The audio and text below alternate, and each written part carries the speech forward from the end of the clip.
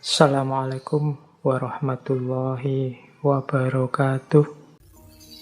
Nanti ada banyak sekali bab yang Aristoteles menjelaskan emosi-emosi yang penting jadi perhatian kita.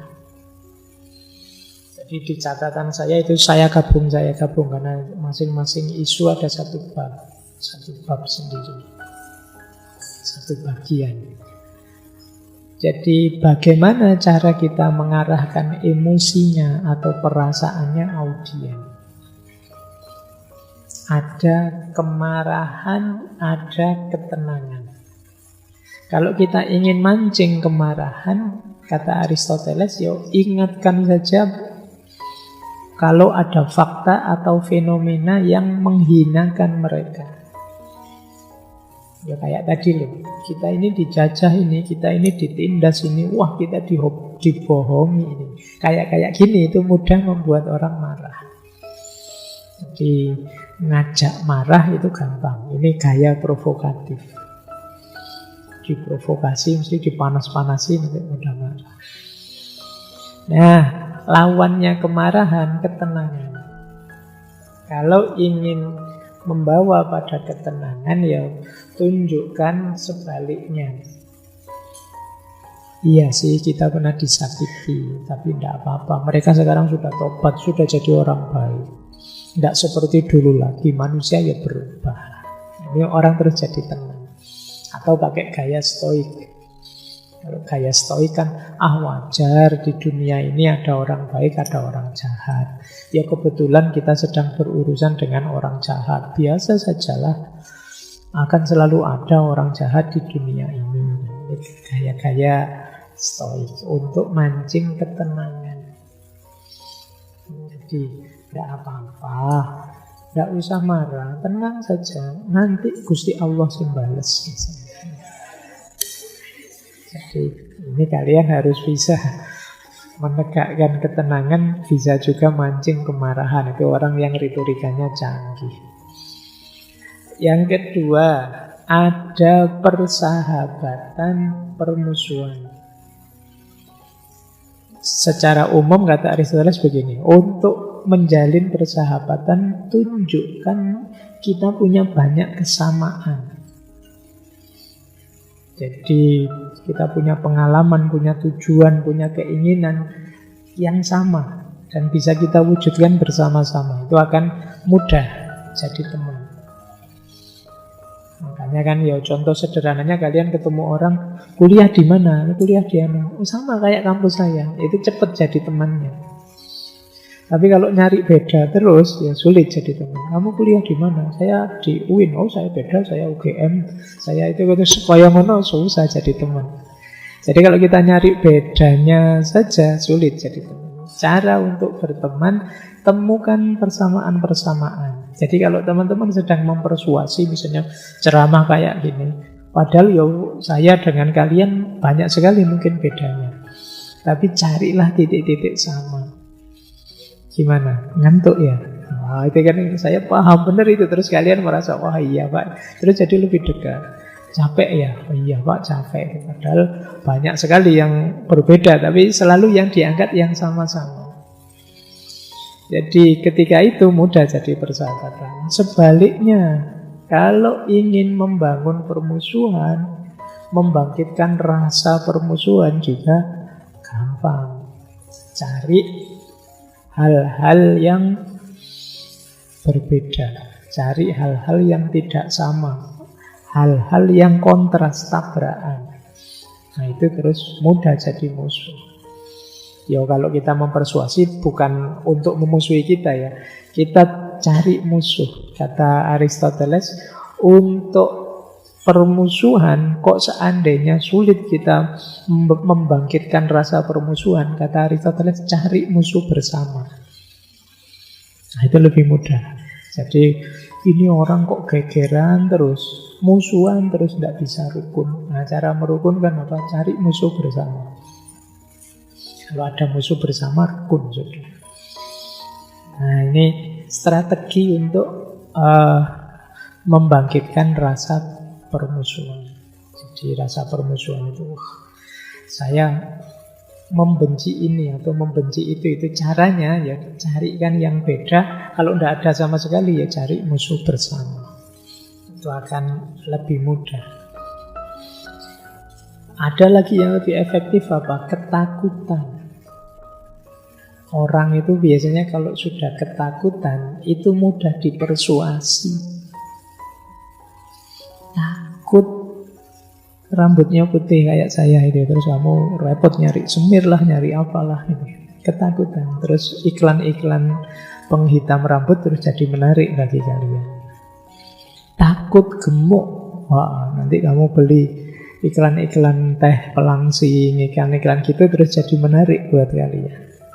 Jadi ketika kalian ingin mempersuasi orang, coba perhatikan apa ketakutan mereka. Akan lebih mudah mempengaruhi. Jadi ya manusia ya secara natural selalu punya ketakutan.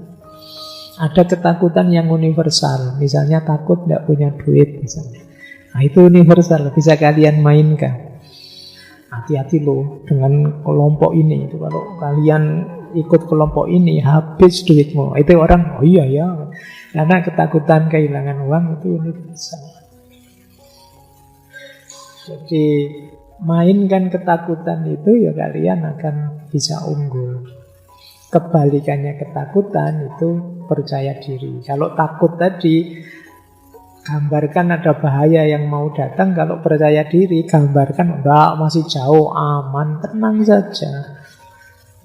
Tadi kamu takut kegemukan, santai saja, kamu masih langsing, luar biasa kok.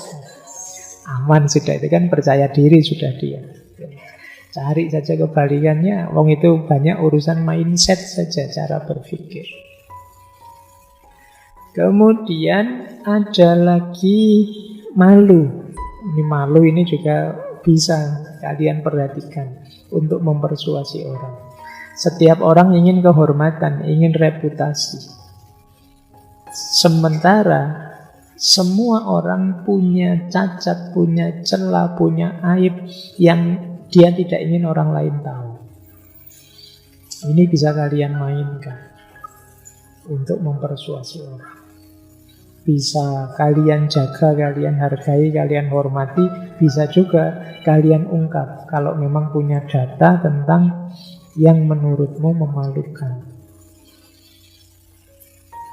Ini bisa secara retorika. Kemudian kebaikan atau ketidakbaikan. Jadilah orang yang pinter memainkan isu kebaikan dan ketidakbaikan. Kenapa? Orang itu senang dipuji pasti. Kebaikannya. Tidak suka kalau dicuekin kebaikannya. Cara paling gampang mengambil hatinya orang apa? Pujilah dia. Wah, Bapak ini hebat sekali ya. Saya tidak bisa seperti Bapak. Jadi, maksudnya tidak bisa itu bisa multitafsir. Tapi begitu dibilang gitu kan hatimu besar. Kamu senang. Saya sudah umur sekian, kalau kalian masih muda sih, masa depanmu masih cerah, wajahmu kan kelihatan bercahaya semua. Kamu dibilangin gitu kan, wah luar biasa.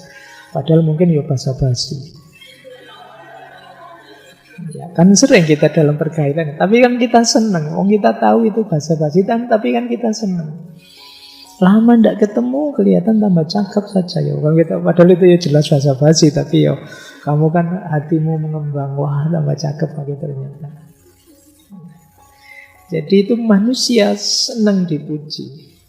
Jadi cara mengambil hatinya orang itu gampang, pujilah dia. Jadi kalau ada temenmu nilainya bagus, wah alhamdulillah ya kamu nilainya bagus, luar biasa. Kalau ada temenmu nilainya jelek, wah kamu kuat sekali ya, tabah sekali ya. Saya tidak bisa setafah kamu. Kalau saya mungkin sudah stres, tapi kamu hebat loh hitungannya. Wah, salut aku. Kan orang itu senang sudah kalau begitu. Jadi ya jangan pelit pujian. Tapi ada kalanya mungkin kamu ingin menjatuhkan, menjelekkan, ya abaikan kebaikannya. selesai sudah, dia mungkin drop sudah kalau begitu. Demikian juga dengan belas kasihan. Jadi ini kalau berhadapan dengan orang yang mengalami penderitaan. Misalnya kalian berhadapan dengan orang yang susah atau mengalami penderitaan, ada dua hal yang bisa kalian lakukan. Yang pertama peduli, yang kedua cuek. Nah, ya mungkin saja, ya kalau peduli jelaslah mereka menderita, tapi ada kalanya kalian harus bergaya cuek, karena mereka sudah susah menjengkelkan lagi. Nah, itu kalian agak cuek gimana gitu. Itu penting untuk aspek persuasi biar mereka sadar. Nah, ini gaya-gaya bermain dengan emosi. Kemudian ada kekaguman dan kecemburuan. Kecemburuan itu rasa iri. Ya kayak tadi loh, pujilah orang, kagumi kehebatannya, orang akan senang ikut dengan kita. Atau bangkitkan rasa iri kalau mereka belum baik. Kalian kok tidak seperti mahasiswa saya yang di sana ya, kalau yang di sini pasif semua. Itu membangkitkan rasa iri, itu mereka akan tergerak. Kok tidak seperti di tempat asal saya ya, di Jogja ini terlalu. Nah, itu kalian kan tidak terima digituin, terus ingin bergerak. Jadi kekaguman dan rasa iri bisa kalian mainkan. Inilah patos. Jadi kalau kalian sedang berretorika, perhatikan emosi audienmu. Kalian ingin output yang seperti apa? Perhatikan titik-titik tadi, kemarahan, rasa malu, dan lain sebagainya. Baik, makanya kata Aristoteles, kehormatan dan reputasi yang baik itu sangat menyenangkan. Kenapa? Karena setiap orang membayangkan dirinya orang baik. Sehingga kalau ada orang yang mengatakan kebaikan tentang dirinya, kepercayaan dirinya akan meningkat. Jadi penilaian terhadap dirinya semakin meningkat jika dia semakin percaya orang mengatakan hal ini tentang dirinya. Ini rumus tadi ya, kebaikan. Kita semua kan merasa orang baik. Saya yakin kalian yang hadir malam hari ini itu merasa saya sudah baik kok. Padahal mungkin ya sering melakukan salah ini, khilaf itu, dosa ini, dosa itu. Tapi kalian tetap merasa saya itu orang baik. Ya saya ada lah Pak salahnya dikit-dikit, tapi saya kan orang baik. Orang itu bahkan melakukan kejahatan pun masih merasa dirinya baik. Bahkan kadang-kadang seandainya mungkin kebaikannya tidak banyak dalam dirinya. Misalnya sampean itu kerjaannya kok korupsi terus misalnya. Terus ketika dia tidak bisa mencari kebaikan dirinya, biasanya melempar keluar. Korupsi saya paling berapa? Itu loh korupsinya jauh lebih besar. Ngapain sibuk dengan saya? Dia akan melempar keluar. Allah, wong ini kesalahan kecil saja. Lebih banyak orang melakukan kesalahan. Akan begitu. Karena secara alami orang akan mencitrakan dirinya sebagai orang baik. Ini bisa jadi kelemahan, tapi kadang-kadang juga bisa jadi kekuatan, bisa juga jadi peluang bagi kita untuk masuk lewat jalur retorika tadi. Pujilah dia, tegaskan kebaikannya, tegaskan betapa dia orang penting. Itu akan lebih mudah masuk persuasi kita. Oke, untuk malam hari ini saya cukupkan sekian dulu. Mohon maaf kalau ada yang kurang berkenan, mungkin 1-2 kekurangan apa, mohon dimaklumi. Kalau ada kekhilafan, kealpaan yang teman-teman ngerti benernya seperti apa, ya silahkan disampaikan. Kurang lebihnya mohon maaf. Wallahul muwaffiq, wallahu a'lam bissawab. Wassalamualaikum warahmatullahi wabarakatuh.